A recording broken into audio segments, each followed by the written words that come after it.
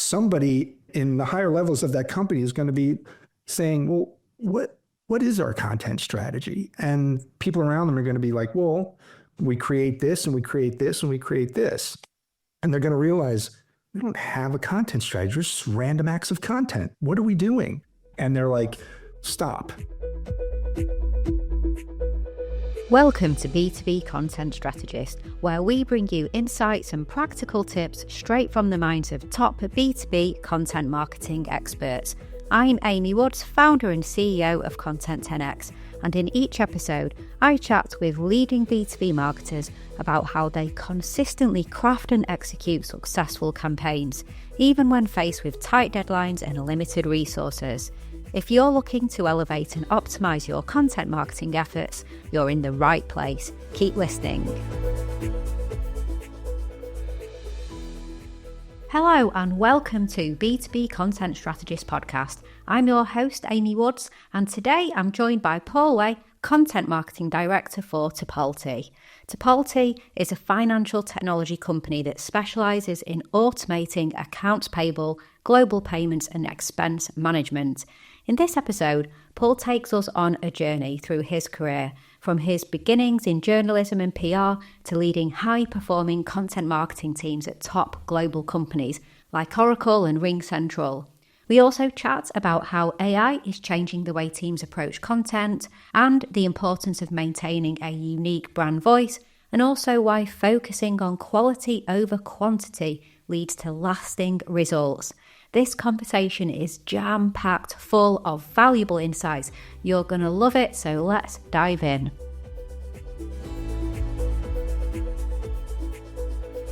Paul, welcome to B2B Content Strategist. It's great to have you on the show.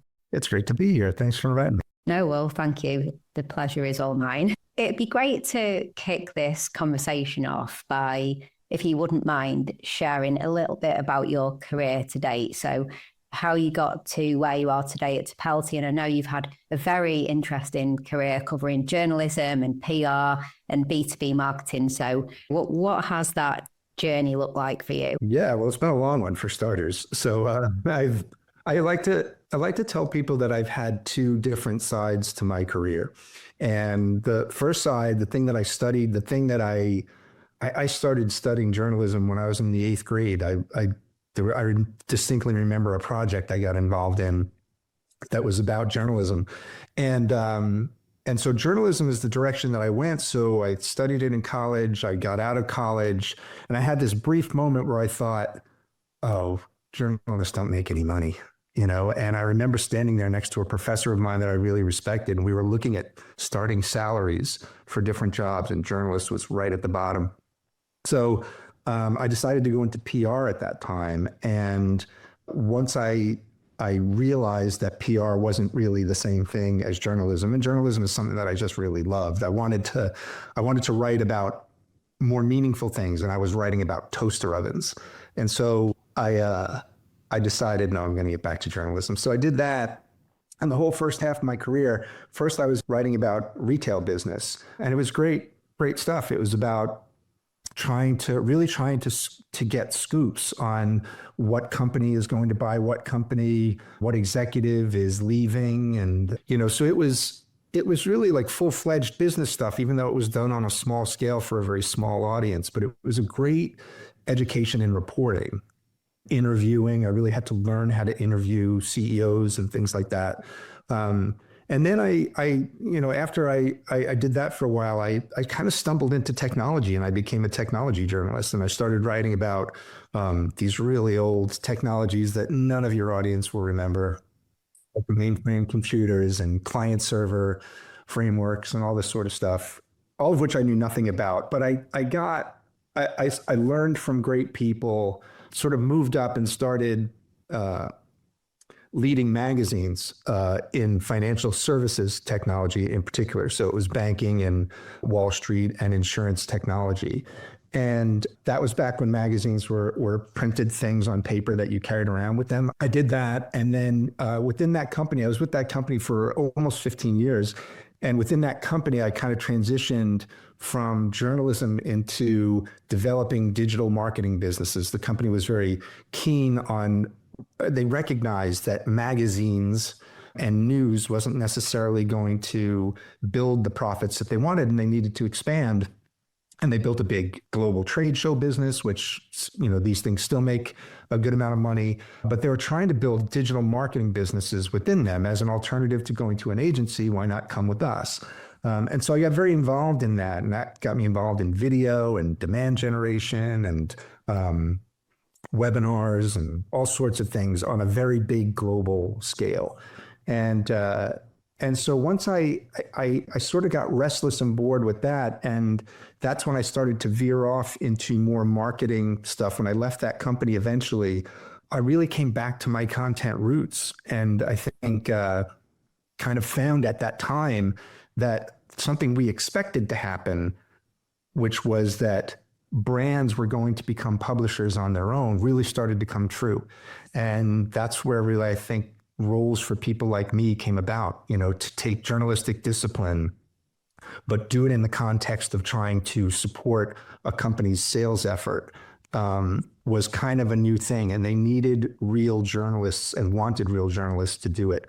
And so I've done that for Oracle, for RingCentral, for Maven Clinic in the healthcare space, and now with Tipalti, which is in financial services automation.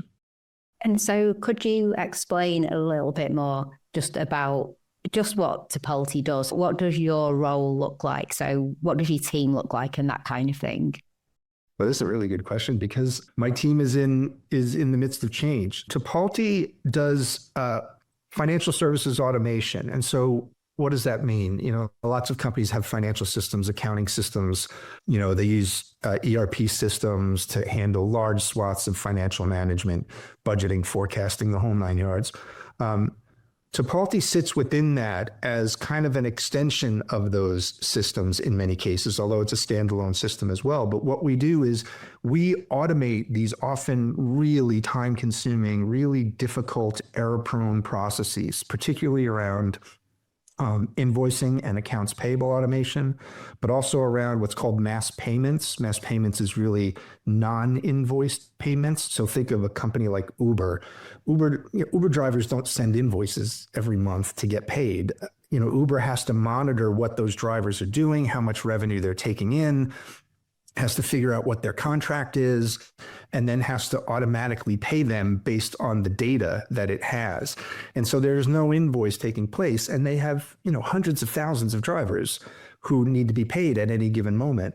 Mass payments is the mechanism by which you do that. And that's actually how Tipalti started 12, 13 years ago, as a mechanism to do those mass payments. But as I said, now we do accounts payable.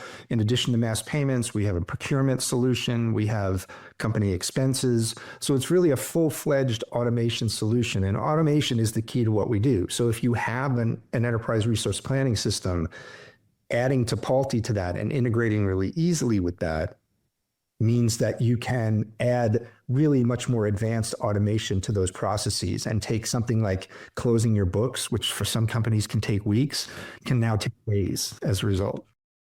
Really, really interesting. Yeah. Yeah, I know it doesn't sound like it would be in the beginning, but it really is interesting software that actually makes a huge difference every day. Yeah. And so many companies and brands that, we as kind of lay people just interact with on a daily basis are dependent on that process, aren't they, in that back-end technology? So it's really interesting to hear more about that. With your role in particular then, how do you structure the team? Like what does that look like? What kind of role specifically are you responsible for? I mentioned earlier, we're in the midst of some change. It's not a big team. So the team consisted of, including myself, just 4 people. But we do use contract work as well on that to fill in some gaps. But I shifted the way that the team is focused. We had some roles that, and some great people, but what happened was the roles weren't really fitting. So the interesting thing is that I'm a content marketer, and I've always been involved in content marketing. And by that, I mean particularly long form content. So very much involved with all those ebooks and white papers and things like that, and downloadable assets and measurements of trying to get leads and all this kind of stuff. At Tipalti, my role is much more content broad. And so, for example, my team handles all advertising copywriting, email copywriting, website copywriting. And so it's a mix of both long form and short form skill sets. And we did have a role that was for more copy editing and proofreading, and unfortunately we needed to add more resources to deal with this incredible growth of particularly short form copywriting, but additional skills that we wanted to add in terms of the long form copywriting that we do. And so I'm currently looking for a senior copywriter and a content marketing strategist who's a bit more junior to fill out my team right now. For us and for anybody who's listening who's interested in looking for work, we're kind of specific. The copywriting role, we look for roles in Toronto and Vancouver. The copywriting role could be based here in Northern California, but the other roles we're primarily looking in Canada, which is a big market for us, and we have big offices in Canada as well. But definitely on the lookout for some talent on those ends. But we cover, my team. We really look at some point, we look at every single word that externally gets out of the organization. Internal things and stuff like that we don't really look at, but we're doing it all and making sure that it all fits the right messaging and is using our style guides properly and all that kind of stuff. So it's a high volume of oftentimes relatively quick but important work. And is there any particular skill sets that you always like to ensure that you retain in-house, and then others that you sometimes or always look to go to external experts like freelancers, agencies, that kind of thing for more flexible solutions? Yeah, I mean, for sure. While I have worked with agencies on strategic initiatives, I do try to keep as much strategic work in-house with us. I think that's the thing that we bring to the table. It's not that an outside agency can't help us, but I kind of feel like we were hired to bring strategic guidance to what we do based on our experiences. And so that's the one thing that if I can, I'm trying to always keep that part of it in-house. When it comes to outsourcing, I think like most people, I outsource primarily execution of writing projects. We have people that we work with. I've got someone that I work with and have worked with for a long time in different companies who is really adept at putting together customer stories. And so with a high volume of customer stories that we've had coming in, particularly in the last few months, we've had to offload some of that, teach, this person the particular formula that we have for doing it, but then let him run off and do those things. And I think that's a situation where we put in a lot of effort in finding the person who really understands the style that we want, which is not easy. We went through multiple people where we just felt like they weren't getting the tone right. They weren't including the right pieces of information. And so it might seem like a simple thing to outsource, but I'm sure it's not. Finding somebody who really kind of gets who you are. I know that sounds kind of fluffy, but you do need them to understand who you are. And we do have someone now who we can communicate with in a very shorthand kind of way, who's like, yep, got it, and then delivers it. And so that's one of the big areas that we've done it. I mean, traditionally, I have outsourced things that I just felt like weren't core competencies. At Tipalti, we don't outsource SEO, but I have outsourced a lot of SEO work in the past because that while I have an SEO background, I've never been an SEO specialist. So I kind of know my limits on that. And looking around the team and knowing that we didn't really have people who felt comfortable kind of stepping up and taking more of an SEO leadership role, I've outsourced things like that, which I consider very strategic, but I feel like you have to be honest. What are our core competencies? And in some instances, that wasn't. We do definitely outsource sometimes on some messaging work. So getting back to like the advertising side of my life, we do bring in, we at Tipalti, we always try and start with ourselves putting together concepts and boards and ideas of what we want to do with, say, an ad campaign. But there are certainly times, sometimes often it works really great. And then sometimes there are times where we feel like for whatever reason, we're just in a rut. And then we do have, sort of partners that we've worked with in the past where we feel like maybe somebody else can help jumpstart us a little bit and give us an idea that we can work with. But what's interesting, and I know we'll talk about this in a little bit, is we have found that AI can serve that purpose as well, and I'm sure a lot of people you've spoken to have that same experience, that it can be a kind of a springboard for us in a way. Rarely does anything that we're like, wow, that's great, let's use that. But it does serve that purpose that we sometimes turn to agencies and partners for, which was, can you help ignite a spark in us because we feel like we're just stuck and we're too close to it. And AI can help there. Yeah.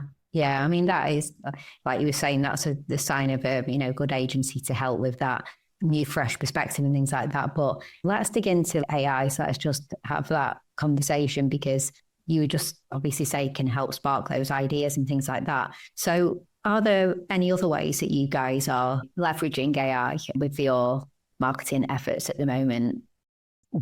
I feel like, Tipalti is kind of all over it. AI is all over what we do, not just in, I can talk specifically to what my team does in terms of AI, but throughout the company, I imagine like a lot. It's almost every month when someone mentions another tool and they're like, oh, well, we can use such and such. And I'll be like, I'm not familiar with that tool. And they'll say, oh, no, it's an AI tool that we use in sales, for example. The sales teams are obviously applying a ton of AI that kind of affects our team, meaning we are very involved. This is an area where I hadn't traditionally gotten involved.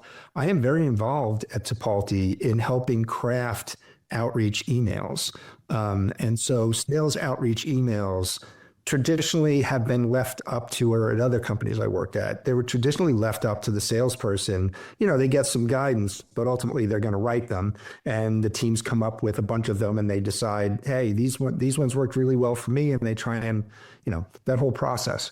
Well, we've been really involved in trying to, once we built our core messaging at Tipalti, which started just before I joined, but we have core pillars of messaging that we want everything to focus on when we write about it. So make sure that you're bringing in these core pillars wherever they're relevant. My job was to take that and apply that to, at one point, what was like, I think 1,500 email templates. And the sales team was in the process of trying to get those 1,500 outreach email templates down to about 300 or 400, which still seems like a lot, right? But they were trying to get it right. You're like, that's crazy. But they're trying to get it down to about 300 or 400. And then they wanted it to reflect what we're supposed to be talking about. And so they use various tools. So one of the things we did was bring Grammarly to them. So we had implemented Grammarly right after I joined, and really worked closely with that company to fine-tune Grammarly for us. And so we've got a lot thrown in there about our voice and tone. And we've got a lot of terminology and knowledge share and knowledge-based stuff thrown in there from our specific information. We put a lot of carefully placed a lot of snippets in there that hopefully highlight key terms for people and then immediately provide them a snippet of how exactly to say it. And they can drop that right in, right? We provided that and we trained the entire sales team on Grammarly so that they could use the AI component in Grammarly to help take, they're not writers, obviously. So what we were trying to say was, just use it. Like if you just use this straight out of the box, it's going to be better than oftentimes what you feel you've written. And then, they're adding AI tools that are helping them identify contacts at the right time that should be contacted. And the AI is determining what the sequence should look like. So there's AI all through that process, which is fascinating to me because it's kind of opening new doors for us in content. we use primarily Grammarly and any form of Gen AI, whether I'm using GPT or whether I'm using Claude. It may be different depending on the task, but I mean, me and my team, we use it every single day, multiple times a day for all the reasons that we talked about, which is how do we pull an idea out that we can work with? And you get this, I'm sure all your audience has seen this, you get this like lengthy page worth of great information, but there's really only a line or two that hopefully sparks you to say, oh, I can do that. Because most of the rest of it is not really understanding who we are. I mean, it's impressive and I love it, but it doesn't really understand to the level that we need it to understand, like someone who works here would understand. But it does give you that, in the best scenario, that one line or that whatever it might, that one phrase where you're like, oh, I could do something with that. And then you're off to the race. Oh, absolutely. Yeah, you have to just see it as a tool and an enabler, don't you? And if you ask it to come up with 10 ideas, you might go with one of them or one sentence that it shares. Is there anything that you have any, particular rules around? Definitely do not use AI for this. So where you've had negative experience or mishaps, or you just know that there's almost a rule within the team or the company, we don't use AI for these things in particular. Well, I don't know that we've explicitly said don't use it. We're a small enough company to where we don't necessarily have to set out that rule. But I mean, what's interesting for me is that I feel like I don't, because I see every piece of content that is going to go out into the world.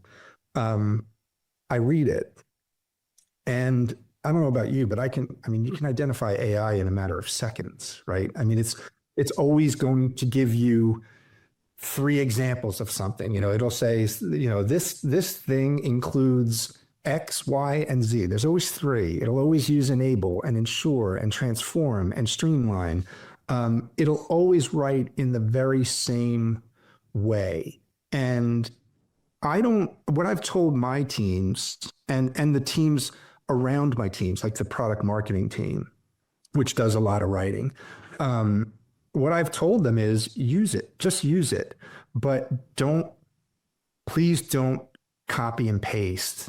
And so, sometimes they do, sometimes they don't, but like I said, for me, the benefit is I can always find it, and so when I get around to reading it, I just keep kind of letting them know that like, it's okay to use AI, but it's not okay to copy and paste AI. You really do need to augment this stuff.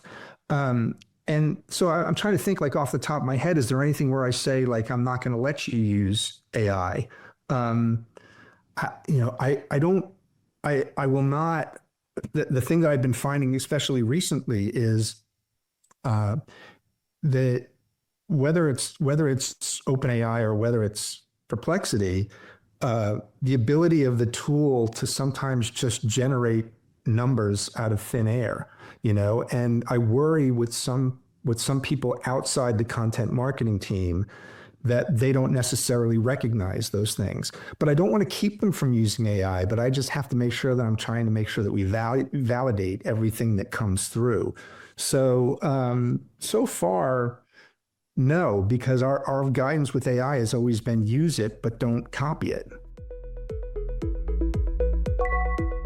Just a super quick break from this conversation to let you know that if you're a B2B technology or professional services company and you want help with streamlining your content operations, outsourcing your content repurposing is the #1 way to produce more high quality content and boost your ROI without putting any more pressure on your team.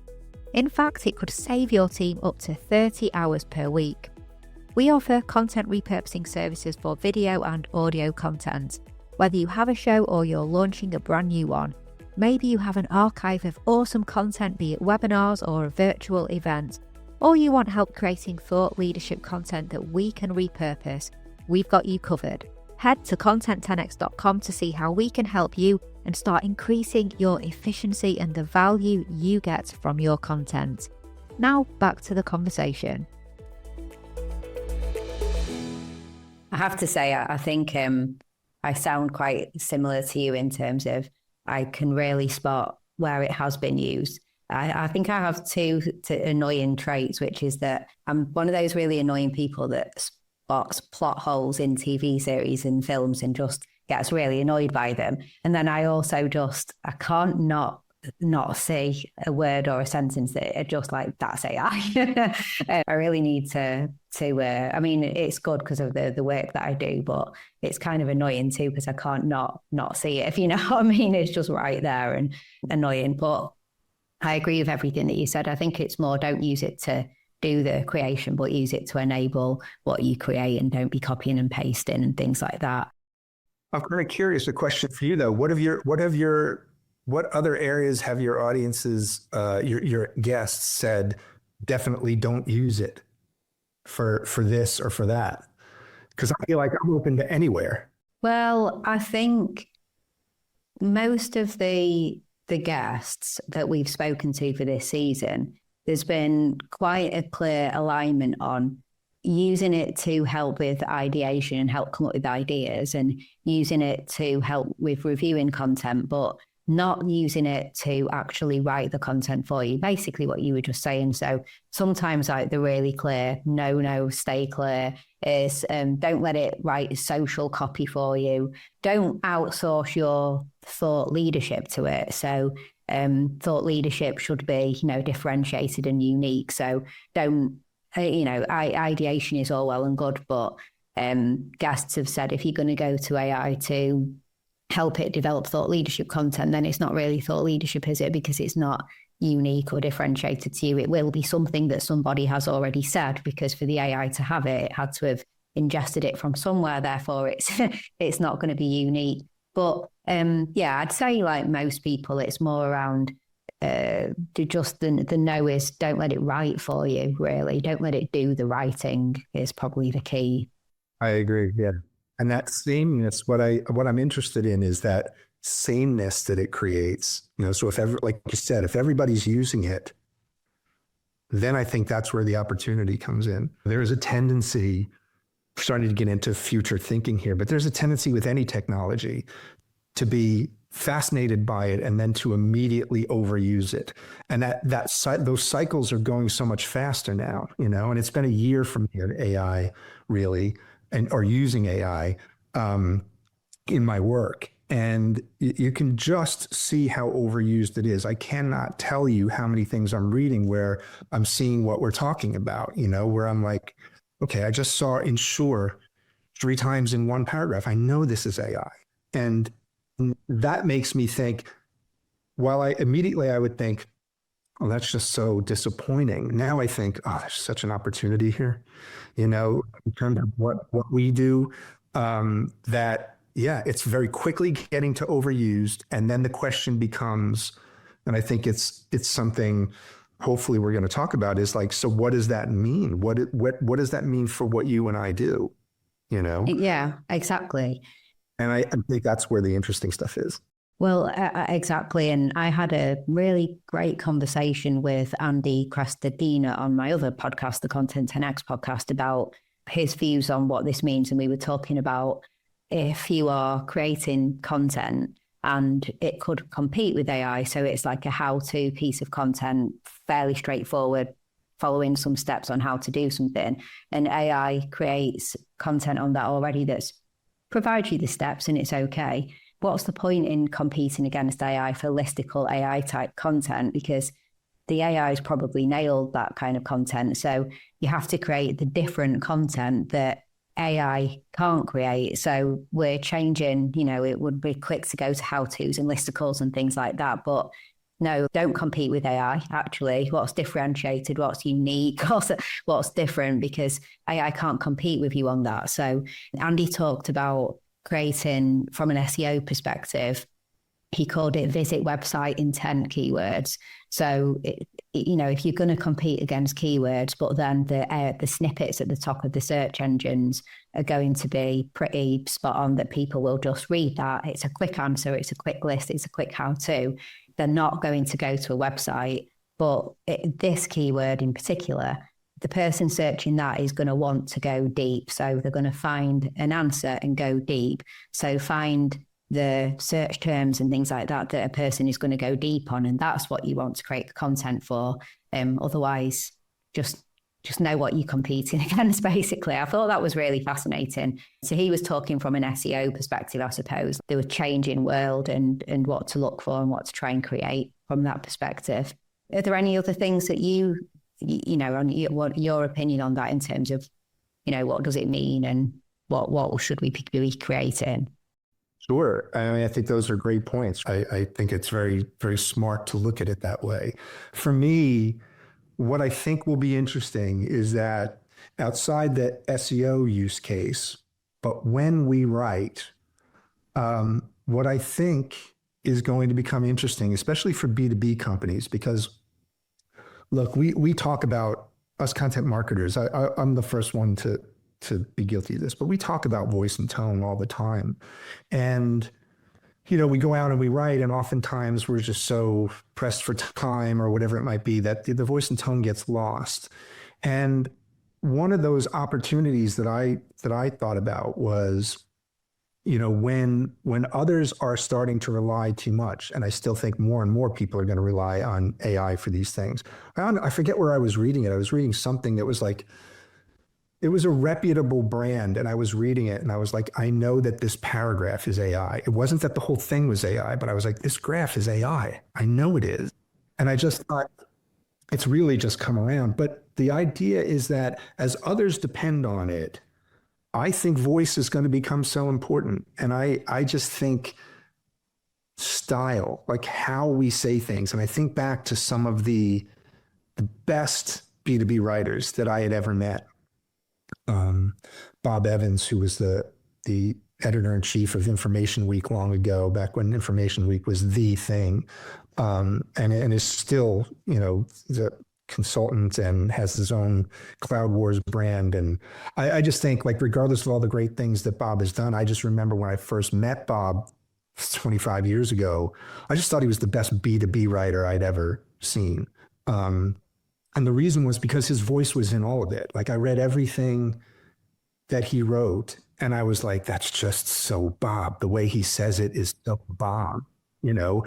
And I love that. I love that, not outside of B2B and, you know, whomever it might be. I mean, my favorite sports writers or whatever it might be, they have a voice. And I think one of the things that I hope rises out of the ashes of whatever this dependence on AI written content creates is that you can get real attention for voice, and by your voice can become your brand, a part of your brand in a way, and that voice can draw people in to your B2B stuff. I'm not suggesting that that's easy, because look, I'm writing about financial automation software, but I do believe that there's a way to write about these things in a way that is natural and captivating and very human and funny in the right spots, that creates a voice that people are like, yeah, I love the way that this company expresses things.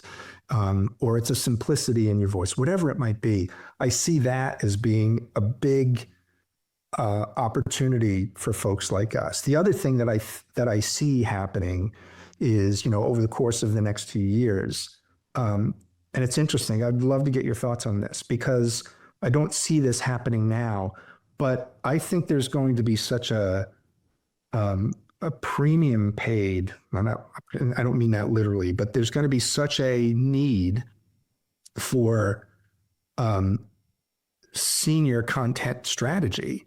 And I'm not trying to be, you know, I'm not trying to just toot my own horn having done this, because I'm probably more at the end of my career than the beginning of the career. But like, the idea is that I think that there's one thing I do not see AI doing in the short term is it creates a lot of, you can ask it for strategy, but it's not going to be able to execute a real strategy for you.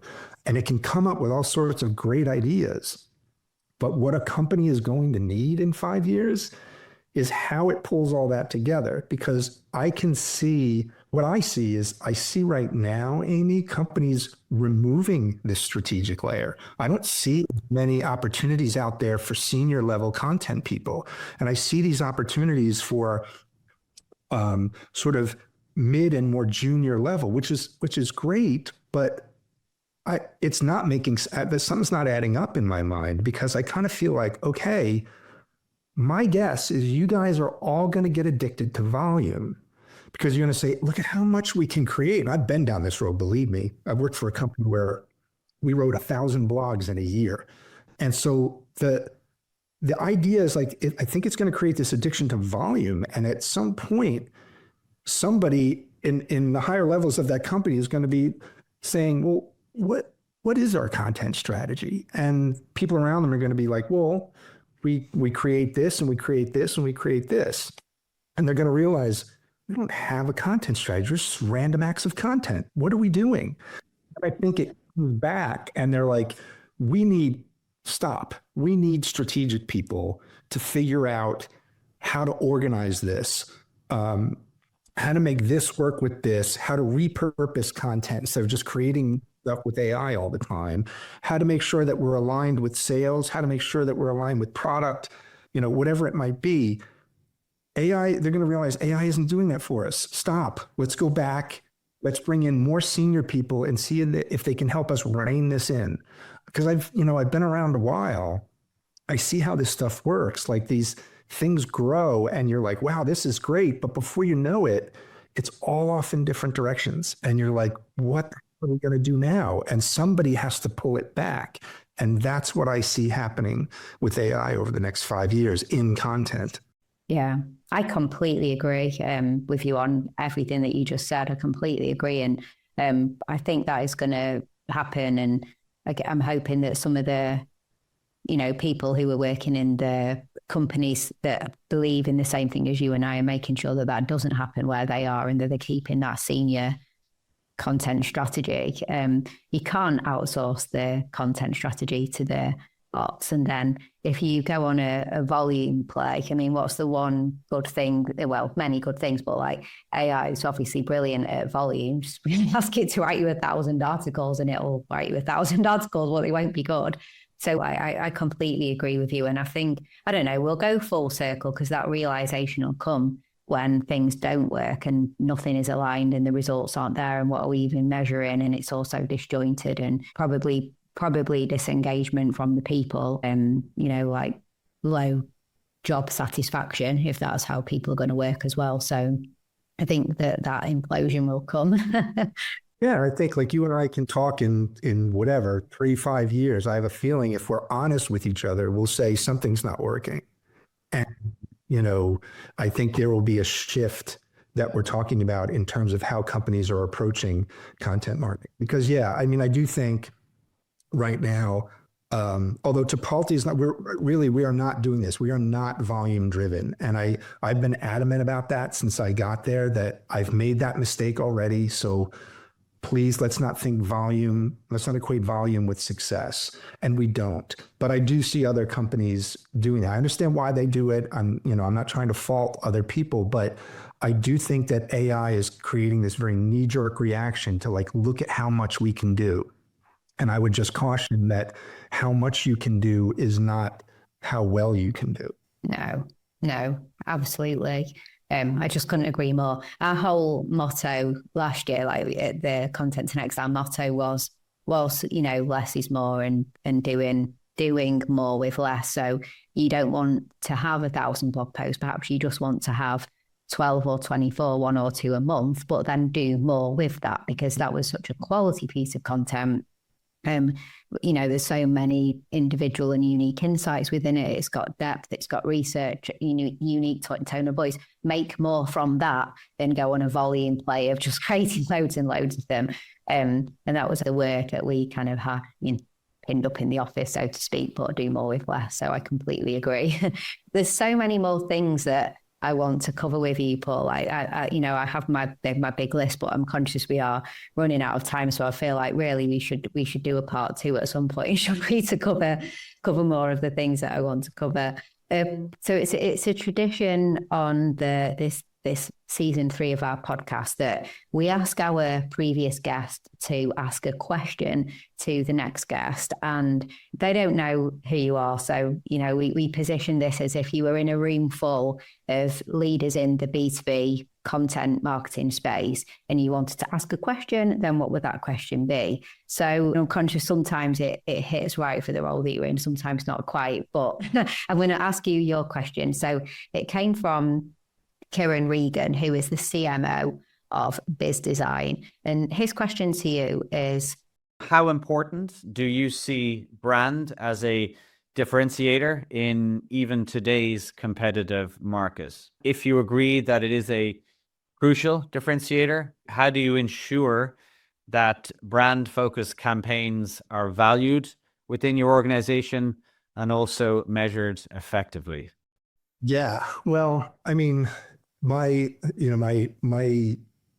expertise has never really been in brand marketing campaigns, but I mean, obviously, I've worked around that area quite a bit, and I absolutely believe brand is important. I do believe that, like, I'll give you an example with Tipalti.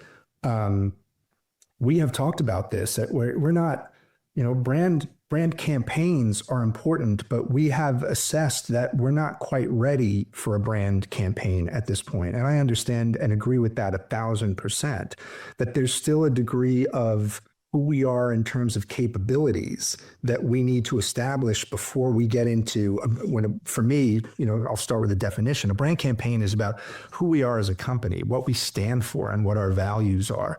And those things are super important. I do think in B2B software, and particularly B2B financial software, I think we have to lay the groundwork for brand. And so right now, we aren't out there with, for example, brand campaigns, although we were just talking about it yesterday, that we know that that's coming for us. So I definitely see the value of the brand campaign, and I see it particularly, I think, because of changes in our audience, that I think the value of the brand campaign is something that, like, for example, we could be talking for part 2 whenever we do part 2 of this, right?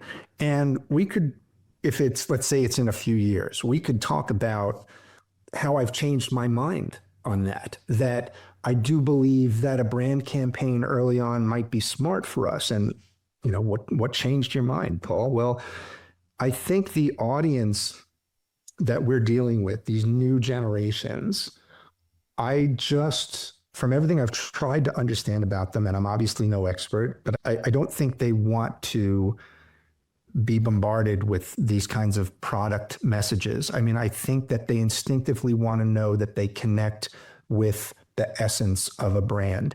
And yes, I know that's much more true of sneakers and fashion and all the other consumer things that they buy. But I think we would be remiss not to realize that that's also going to trickle down into other areas of what they buy. And if that's something that they buy for the job that they do, I still think that's a part of what goes into their decision making. And so I think I start to believe that brand campaigns are going to play more of a role in trying to set that foundation. Because, I just described, like, well, we have to talk about our product stuff to set the foundation for a brand campaign. I can see a day where that flips, if that makes sense. Yeah, completely makes sense. Yeah.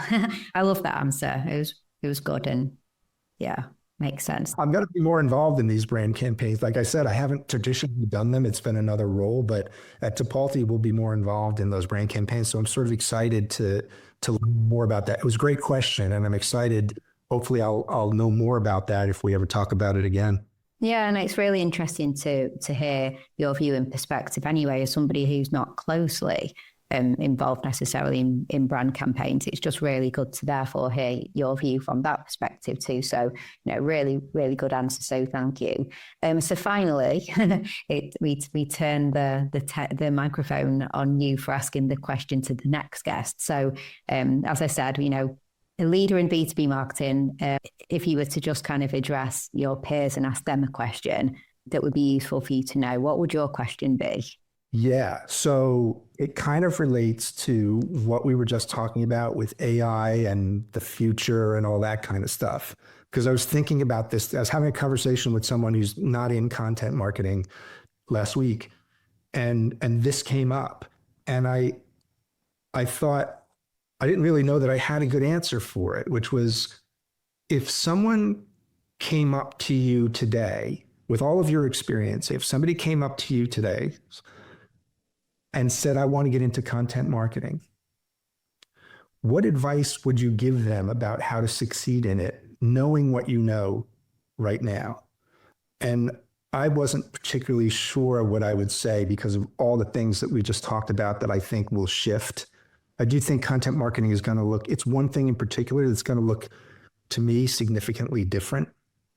And I'm kind of curious what advice your next guest would give to someone who's just starting out in this business. Hopefully no one's asked that question, but I'm kind of curious, and I would like to have it, if they can, couch it in terms of what they think the shifting landscape is going to look like, and therefore their advice would be X, Y, and Z. Yeah, that's a great question. I love that, more kind of like a career-based question. And it's a tough one to answer. All industries change. Well, many industries change at a fast rate, don't they? And at the moment, a lot of them are coping with AI in different ways as well as all the other things that are going on. So yeah, being able to carve out what would be the steps at the start of a career, that's just going to kind of evolve and change, isn't it? And without to overuse an AI term. Would you tell them not to, don't worry so much about the writing part, like you tell them, because maybe they don't need to be as great a writer as, like, for us, I felt like I needed to establish myself as a writer first and foremost in content marketing. Would I need to do that if I were getting into it today?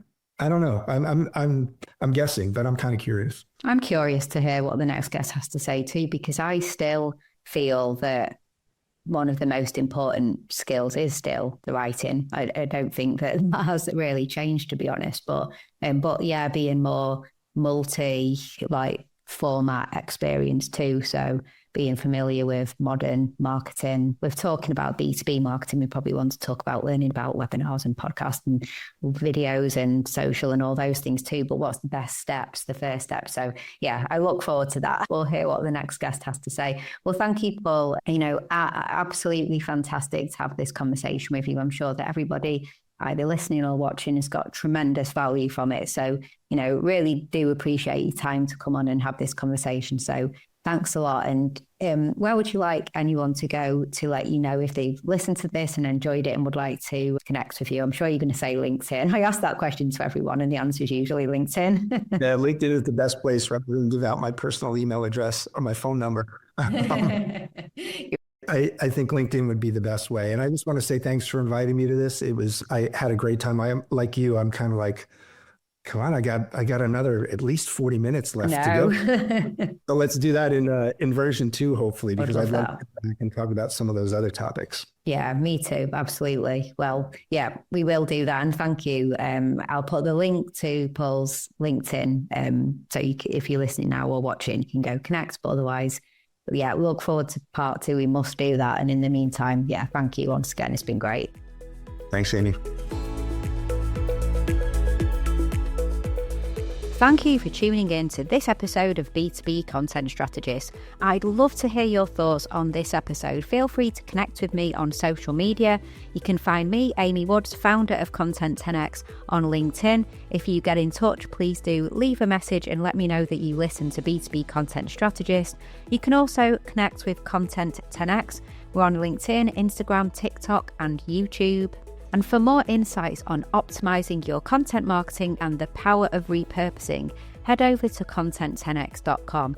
You'll discover valuable resources to help you maximize the impact of your content. We have our sister podcast, the Content 10X podcast, hundreds and hundreds of blog posts, and a library full of free resources and guides all about how to be a better content creator and content repurposer. If you're seeking consulting support or a trusted partner to handle your content creation, repurposing and distribution, then also reach out to us. We offer a world-class, fully managed service that takes care of as much or as little as you need when you need it. Once again, thank you so much for listening to this episode. I'll catch you in the next one.